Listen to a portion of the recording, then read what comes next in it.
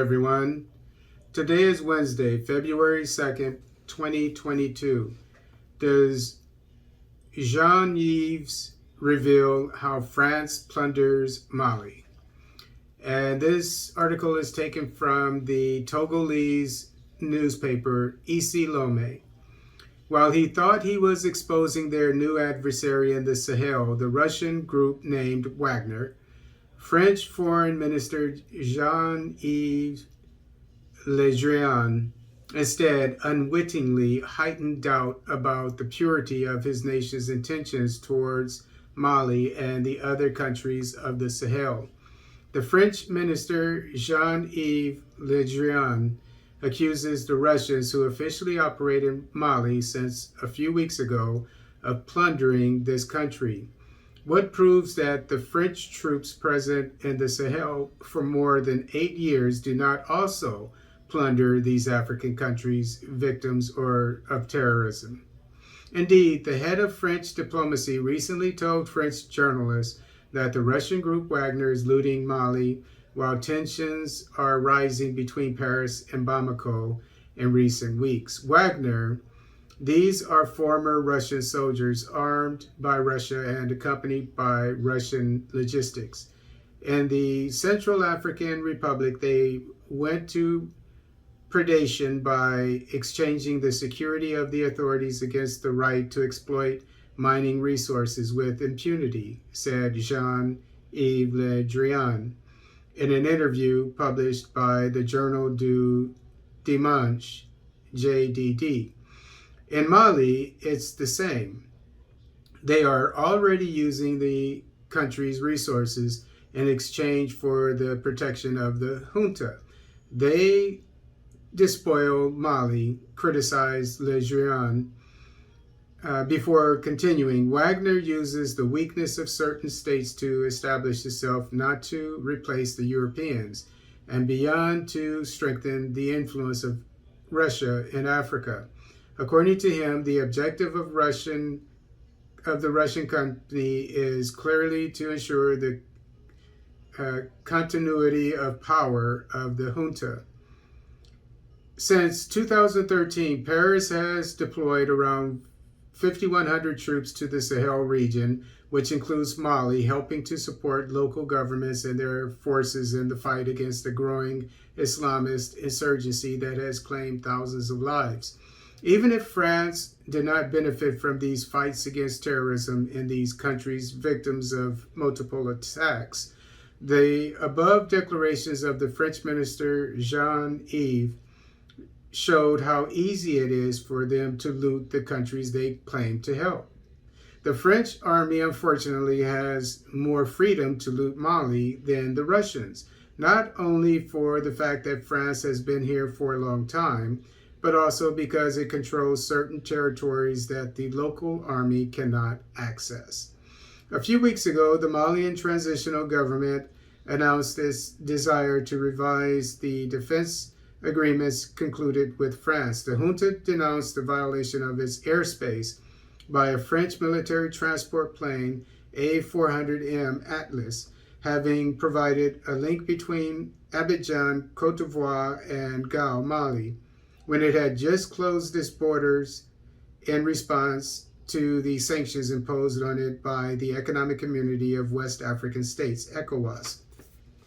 Except that, as recalled by General Laurent Michon, the current commander of the French force Barkhane, the military agreements concluded between Bamako and Paris, in particular that of March 7, 2013, in the form of an exchange of letters between the two governments, guarantee full freedom of movement on Malian territory and airspace for vehicles and aircraft, military and civilian personnel of the French detachment, as well as non-French detachments of the Takuba force. And the Scandinavian countries, I don't know if there's more than one Scandinavian country there. There were the Danes, but they were kicked out recently. But the Swedes are definitely there. Maybe it's just the Swedes that, and probably along with the French. It's a task force, I guess, Takuba force. During his interview with ORTM, Prime Minister Choguel Kokala Maiga mainly mentioned the letter sent by Diokunda Traore, then interim president of Mali, to France and to UN Security Council under the Article 51 of the United Nations Charter relating to self-defense, and to ensure that no copy exists either at the presidency or at the Ministry of Foreign Affairs, the original being in France. When we needed it recently, it was on the French Senate website that we found it, because we wanted to reread the accords, which he considers unbalanced because they make us a state which cannot even fly over its territory without the authorization of France. Still referring to the letter, Mr. Maiga assured that it clearly indicated air and intelligence support, that it did not foresee French soldiers on our land.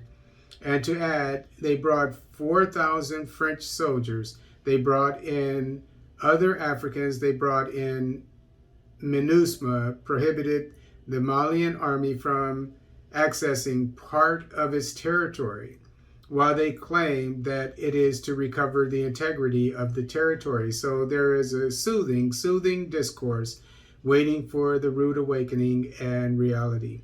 Another point that casts doubt on the innocence of Paris is this resistance despite pressure from opponents of French President Emmanuel Macron, African peoples, and the new military government.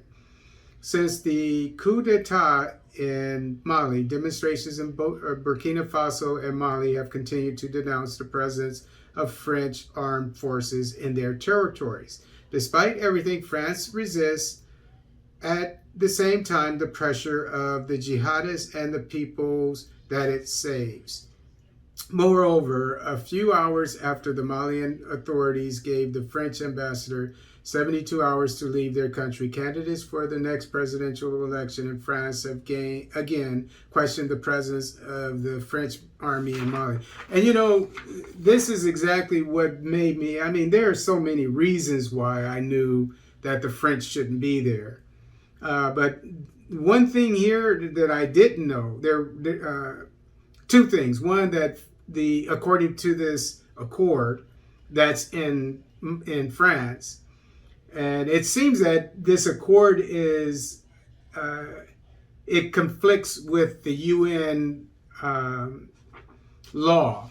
So I don't know if I'm reading too much into this, but it's because a country has to be able to protect itself. Two things I learned from this. According to the accord, the agreement that they have to allow the French into Mali, the Malian Air Force has to request to fly over its own airspace from the French forces that are there. And the other thing is there are certain areas that the Malian government cannot go in its own country. If that doesn't raise some red flags, I don't know what will. But one thing that always stuck with me was how, despite everyone telling France that they needed to leave Mali over the past year, basically, and then the protests, etc., from the people. Why would you be helping some people that don't want you there? It doesn't make any sense. You have to be doing it for an ulterior motive. That stands to reason. If people don't want you there, why put your own troops at risk of being ambushed by angry crowds? And not only that, it's an offense to you if you're sticking your neck out at people and for people that don't want you there. It doesn't make sense. Nobody in their right mind would do that. The only reason why they would want to stay there, and they kept saying, "But we're going to stay," is if you have an ulterior motive. So, everybody knows that France is up to something. That and the fact that they take $500 billion out of the economies of their former colonies every year. Through the bank, that they have to have their money in the French bank, and having first dibs on different contracts. They have to be offered to French companies before anybody else, etc. A lot of different things. I'm not an expert on former French colony, relations and economies and so forth, but I know that France has a lot to gain. Everybody knows this, by controlling Africa, and so we all want you out of there, France, and it's only a matter of time, hopefully.